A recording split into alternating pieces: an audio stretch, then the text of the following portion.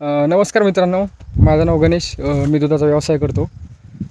मित्रांनो, बरेच वेळेस काय होतं, शेतकऱ्यांना दुधाचा व्यवसाय करायचा असतो किंवा अनेक लोकांना दुधाचा व्यवसाय करायचा असतो, पण त्यांना पाण्याची कमतरता असते आणि त्यांना काही दुधाचा व्यवसाय करता येत नाही. आणि पाण्यापेक्षाही सगळ्यात मोठं म्हणजे त्यांना चाऱ्याची नियोजन असते किंवा त्यांना पाणी कमी असल्यामुळं त्यांना गुरांसाठी किंवा गायांसाठी हिरवा चारा नाही भेटत आहे.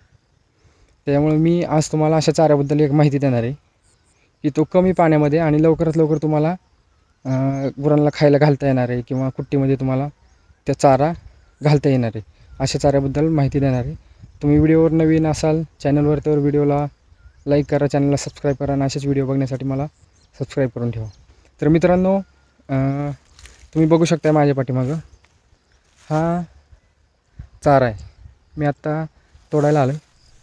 तर मित्रांनो, तुम्ही म्हणत असाल हा काय, तर हे ज्वारी वगैरे नाही आहे. हे तुम्हाला वाटत असेल ज्वारीसारखं दिसतं आहे, त्याच्यातलाच हा एक प्रकार आहे. हे शुगर घास आहे. शुगर घास तुम्ही बघू शकता. शुगर घास म्हणजे हे ज्वारीतलाच हा एक प्रकार आहे. तुम्ही बघू शकता. हा ज्वारीचाच एक प्रकार आहे मित्रांनो. तुम्ही 4x4च्या ह्याच्यावर बेड काढू शकतात किंवा सारे काढू शकतात किंवा तुम्ही ह्याला पेरूही शकतात या शुगर घासला.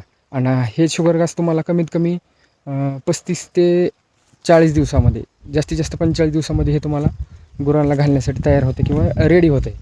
आणि सगळ्यात ह्याची महत्त्वाची खासियत म्हणजे तुम्हाला सांगतो, मी तुम्हाला दाखवते. बघा हे किती वाढलं आहे. जवळजवळ ह्याची हाईट 12 ते 14 फुटापर्यंत हे वाढलं आहे. आणि मित्रांनो, ह्याची खासियत म्हणजे तुम्ही ह्याला कापणी करू शकता. हे मकासारखा मी आता इथे तोडून ठेवलं आहे. ह्याला कुट्टीमध्ये घालायचं आणि कापणी केल्याच्या नंतर मित्रांनो हे परत पाठीमागं फुटते. ह्याच्या 2 ते 3 कापण्या होतात. तुम्ही ह्याच्या कापण्या करू शकतात आणि ह्याला पाठीमागं फक्त थोडासा युरिया टाकून पाणी सोडलं तर हे चांगल्या उत्तम पद्धतीने हे येतं आहे. ह्याची चांगली वाढ होती आणि हे पुढे हे सुरुवातीचं आहे. ह्याला कट करून परत हे नंतर असं इथून कापणी केली. अशा पद्धतीने साऱ्या काढले तर तुम्ही बघू शकताय.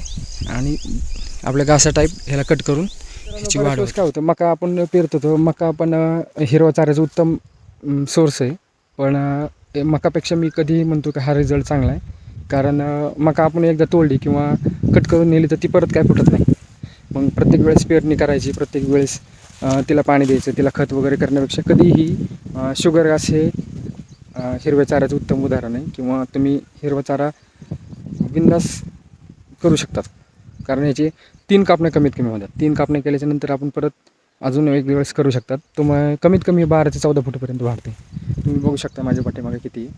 आणि ह्याची कुट्टी पण भरपूर होती आणि जनावरही ह्याला आवडीने खातात. तर अशा पद्धतीने तुम्ही बिंदास पेरू शकतात, करू शकतात. धन्यवाद.